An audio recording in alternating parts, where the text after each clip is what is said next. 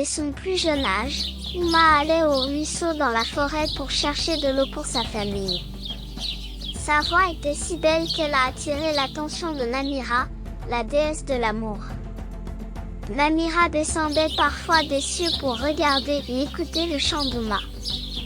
Un jour, alors qu'Uma se rendait au ruisseau, elle vit une silhouette au loin. Elle s'arrêta net et plissa les yeux pour tenter de voir qui c'était. Au fur et à mesure que la silhouette se rapprochait, elle vit qu'il s'agissait d'un jeune homme aux yeux marron perçants et au charme rustique qui la laissa sans voix. Le jeune homme se présenta comme Omar, du royaume voisin d'Akoloti. Uma savait que sa famille et sa communauté étaient en désaccord avec le peuple d'Akoloti depuis un certain temps, mais elle ne pouvait s'empêcher de se sentir attirée par la présence charismatique d'Omar. En marchant ensemble dans la forêt, ils ont parlé de leur famille, de leurs passions et de leurs rêves. Uma a été surprise de constater qu'elle avait tellement en commun avec quelqu'un d'un royaume différent, et Omar en a ressenti de même. Au coucher du soleil, ils sont arrivés au ruisseau où Uma rassemblait habituellement de l'eau. Omar a offert son aide, et ils ont travaillé ensemble pour remplir les cruches. Quand ils ont fini, ils se sont regardés et, pendant un moment, tout le reste a disparu. Soudain, le bruit des buissons qui se froissaient a interrompu leur transe. Uma et Omar se sont retournés pour voir un groupe de guerriers Owo approcher, leurs armes prêtes. Omar, tu n'es pas le bienvenu ici, grogna l'un des guerriers, brandissant sa lance. Uma s'est avancée, protégeant Omar avec son corps. S'il vous plaît, laissez-le partir, implora-t-elle. Il n'a rien fait de mal. Les guerriers ont hésité, ne sachant pas quoi faire. Uma a vu sa chance et a rapidement conduit Omar loin du ruisseau et dans la forêt. Alors qu'il courait, il pouvait entendre les cris en colère des guerriers et le bruissement de leurs pas derrière eux. Finalement, ils ont atteint un endroit isolé dans la forêt où ils pouvaient se cacher. Alors qu'ils reprenaient leur souffle, ils se sont regardés et ont su que leur rencontre dans la forêt n'était que le début de quelque chose qui changerait leur vie à jamais. Uma ne pouvait pas chasser l'image d'Omar de sa tête. Elle pensait constamment à lui depuis leur brève rencontre au ruisseau dans la forêt. Elle se demandait s'il ressentait la même chose pour elle. Un jour, alors qu'elle rassemblait de l'eau pour sa famille, elle entendit des pas approcher.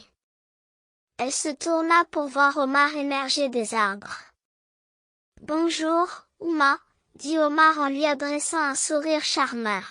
« Bonjour, Omar » répondit Uma, essayant de cacher les papillons dans son estomac. « Je n'ai pas pu m'empêcher de penser à toi depuis notre dernière rencontre, » dit Omar, s'approchant d'elle. Le cœur d'Uma battit la chamade alors qu'il s'approchait. Elle pouvait sentir la chaleur de son corps, et le parfum de son muscle flottait vers elle. « J'ai aussi pensé à toi » admit Uma en regardant ses pieds. Omar tendit la main et souleva doucement son menton avec sa main. « Regarde-moi, Uma » Elle leva les yeux vers les siens, sentant une décharge électrique entre eux. « Faisons une promenade » dit Omar en tendant le bras.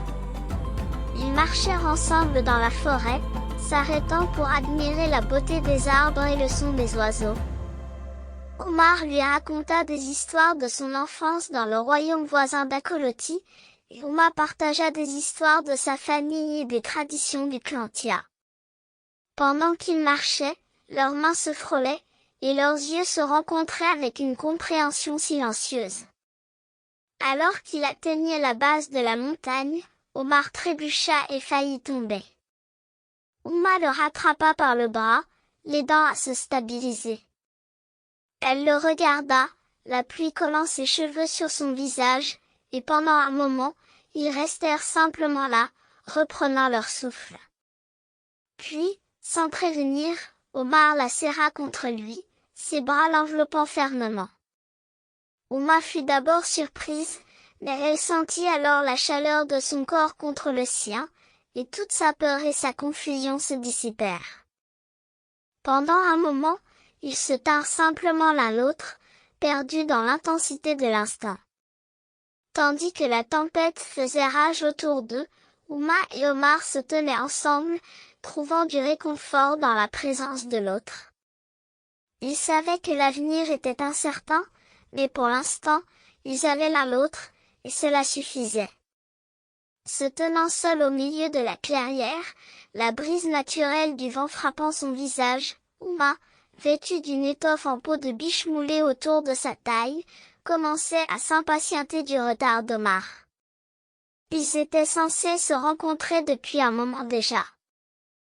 Alors qu'elle s'apprêtait à rentrer, elle entendit des femmes murmurer en passant, « C'est elle, la copine du gars qui vient d'être arrêté. » Vu la situation actuelle, il sera certainement mis à mort.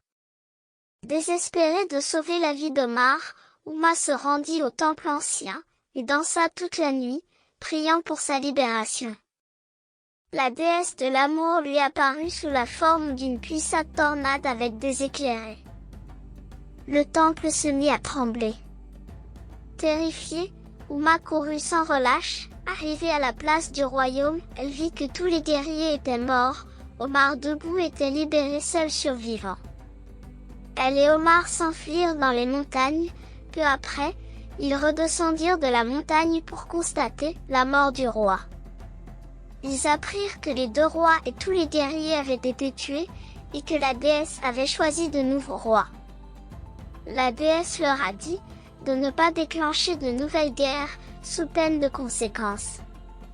Avec la guerre terminée, Uma et Omar purent se retrouver et exprimer ouvertement leur amour l'un pour l'autre. Ils aidèrent à reconstruire leurs royaumes respectifs et travaillèrent ensemble pour promouvoir la paix entre les deux nations. En vieillissant ensemble, Uma et Omar devinrent des légendes dans leurs royaumes respectifs. On se souvint d'eux comme le couple qui avait apporté la paix dans le pays et ils furent célébrés pour leur histoire d'amour. La déesse de l'amour continua de veiller sur eux, garantissant que leur amour vivrait éternellement.